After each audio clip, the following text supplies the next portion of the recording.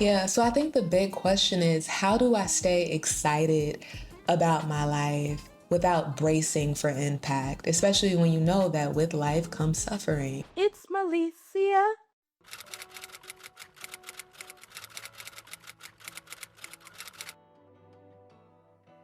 I've been thinking a lot lately about how easy it is to expect disappointment.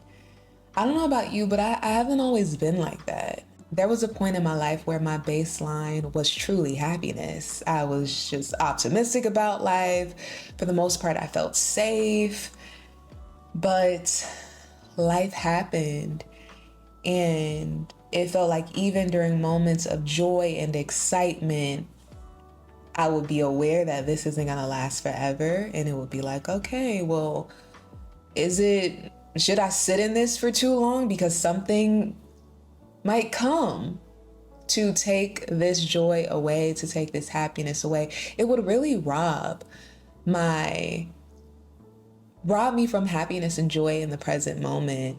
And it's a thought pattern that I've been really working on letting go. When I think it's gone, it might come back up in another way and I have to release it again. But just giving disappointment and suffering more power than I give joy and expansion and happiness. It's like, why do I keep coming back to disappointment? Why do I keep coming back to the fear of losing something, the fear of disappointment, when in the present moment I have, you know?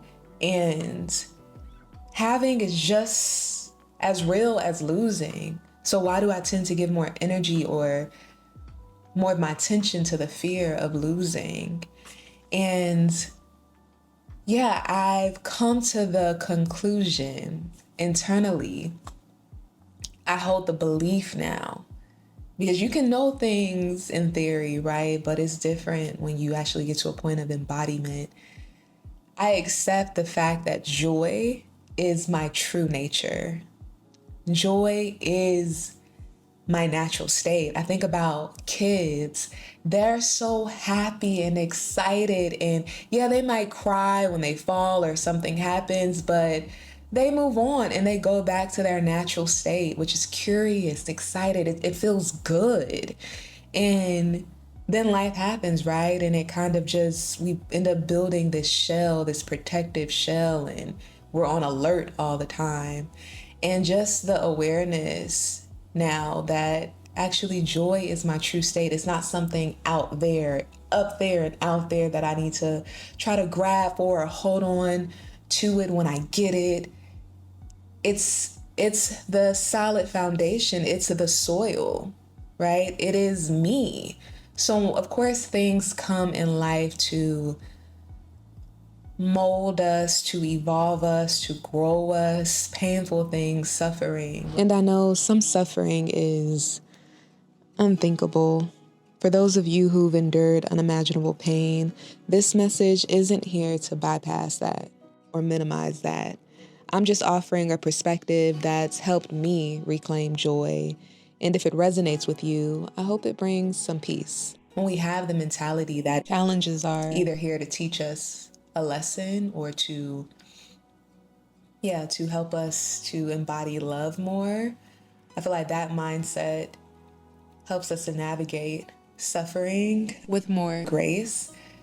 But knowing that that joy is my natural state and is the soil, and yeah, things come to and it may be stacked on top of it, but joy is not something out there, that I have to reach for. It is who I am, and I can always come back to that.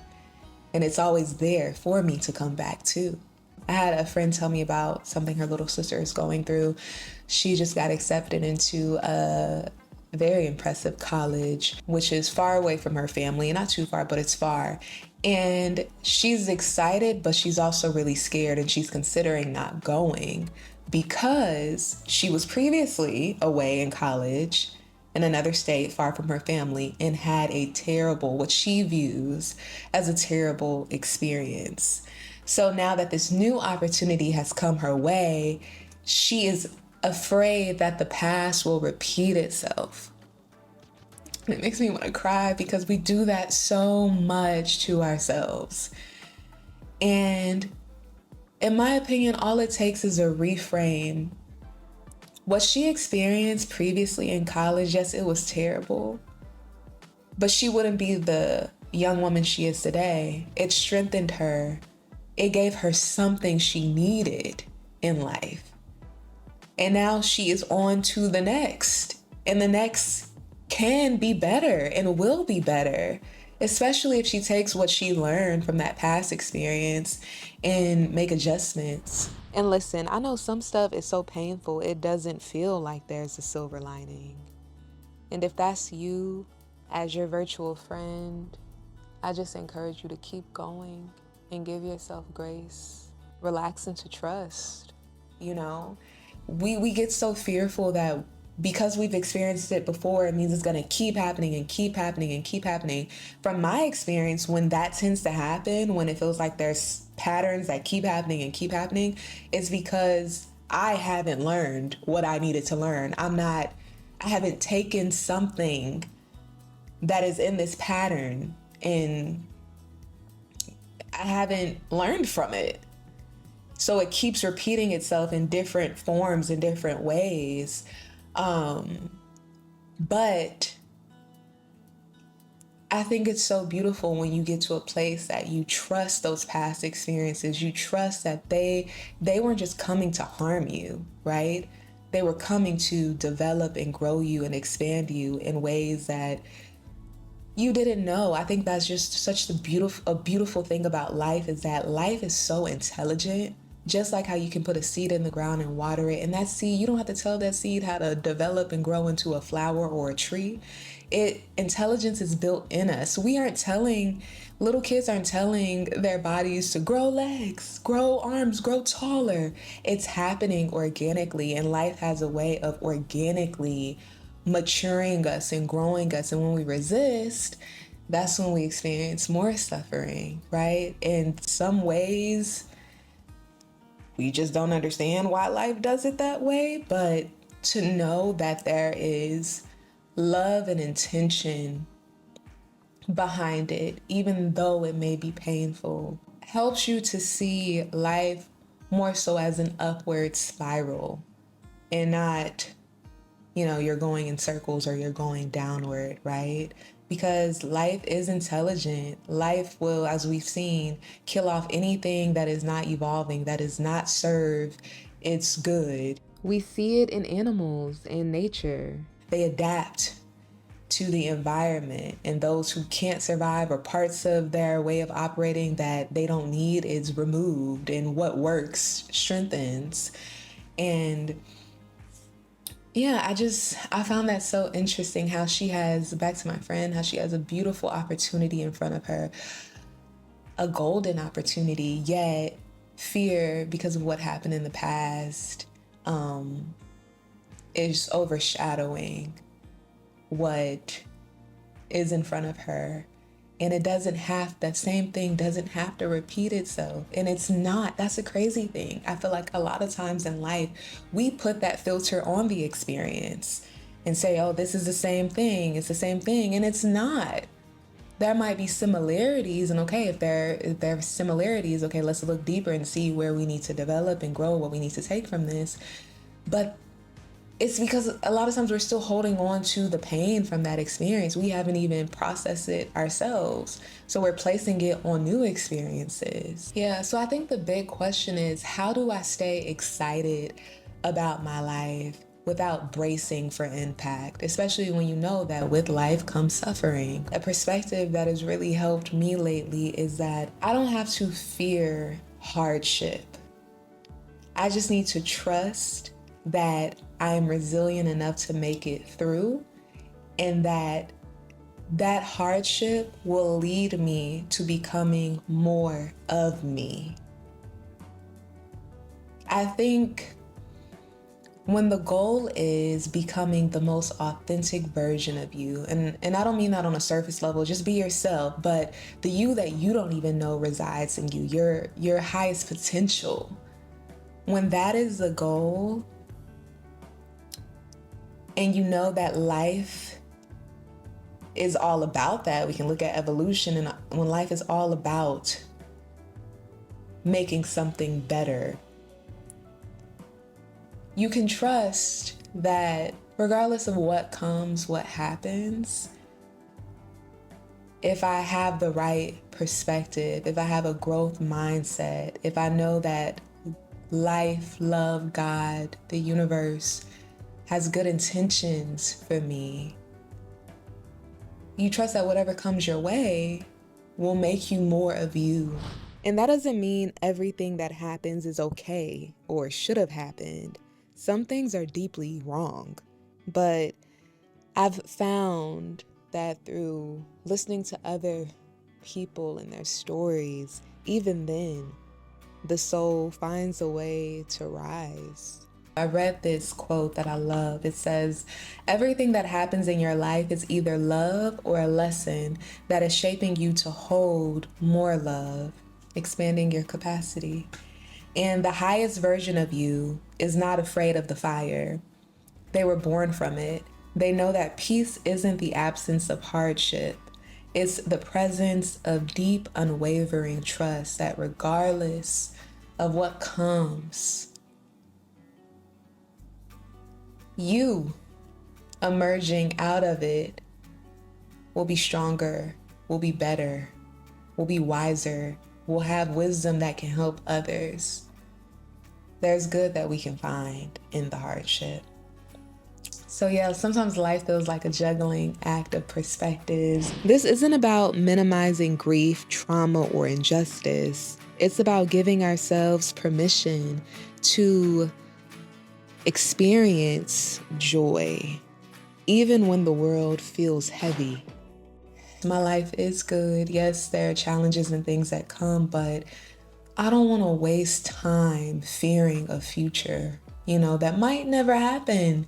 And the things that are inevitable, I don't want to waste my present worrying about losing someone or something and not enjoy having them right now. It's like, why give more power to the loss, like I was saying earlier on, than enjoying the present. It's a practice to stay present. Michael Singer has a book, The Untethered Soul. I'm not sure if this is in Living Untethered or The Untethered Soul. I believe it's The Untethered Soul. Those are both of his books, but he talks about how a large part of our suffering as humans really comes from our fear of pain. We suffer before anything happens because we're afraid of the pain we might feel. But when we know that the pain has the power to develop us in unimaginable ways, yes, it's hard, yes, it's tough. And I pray that any of you out there, that you have a support system, even if it's one person, even if it's an environment, a place where you can go to and feel safe, seen. And if you don't right now, please know you're not alone. Hey, you can count this right here as your support system. You are deeply worthy of care, healing, and joy, no matter what you've been through. And I'm not just saying that because it sounds sweet, it's the truth. But the pain it has the power to grow us. So when we stop fearing pain, then that allows us to live a more enjoyable life. A life where we can truly enjoy the goodness and appreciate the pain, because it makes us who we are. When I tell you, y'all, I have had nights of tears, like heartache, and just begging God to fix me. And in hindsight, I wouldn't take those nights back. I wouldn't take those experiences back that caused me to feel those ways, because I love the woman I am, and I'm learning more and more about her often, and I can't wait to see the woman I become. But I wouldn't be her. I wouldn't be as grounded. I wouldn't be as empathetic. I wouldn't be as confident. I can only speak from where I've been. I can't say that all pain has meaning. Not all wounds heal the same way, but from my journey, I wouldn't be as free if I didn't have those experiences. As painful as they were, I wouldn't be who I am today.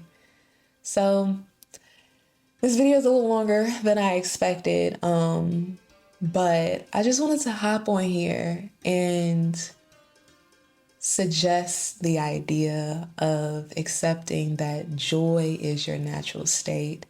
It is not something that is up there and out there. It is the soil. And yes, things come up just like a sky, right? Clouds come. But who you naturally are, joy is in that. Is in who you naturally are. And it's not something you have to reach out there or try to grab or keep a hold of.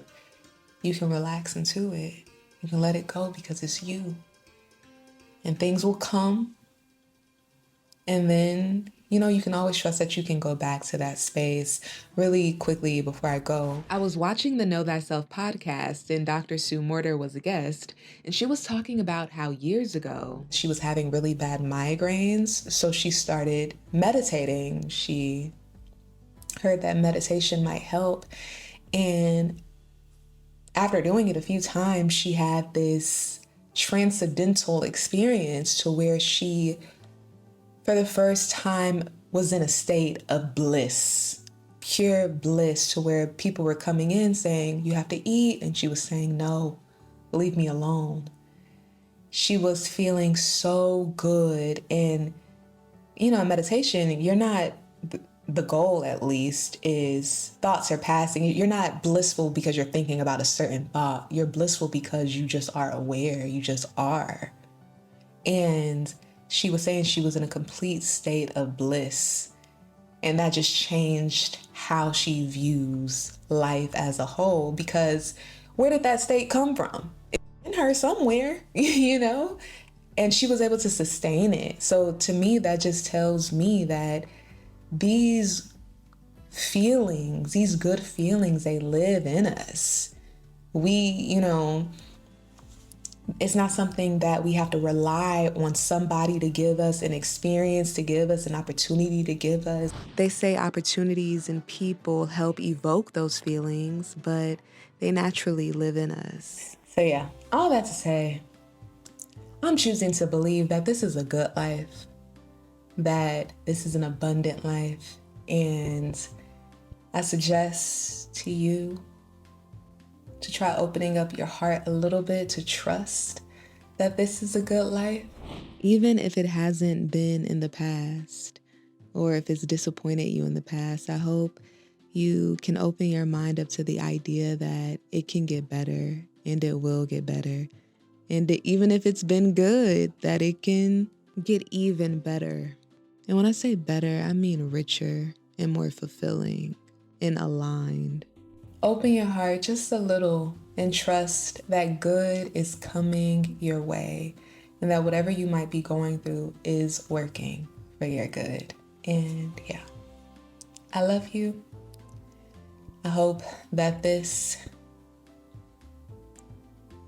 brings value to your journey. And yeah, let's talk about it in the comments. I want to hear your thoughts on joy and how to get out of the habit of bracing for disappointment, and how to really enjoy life despite what might be going on around us. From what we know, this is the only life where you get to be you, and there's only one you in the entire universe.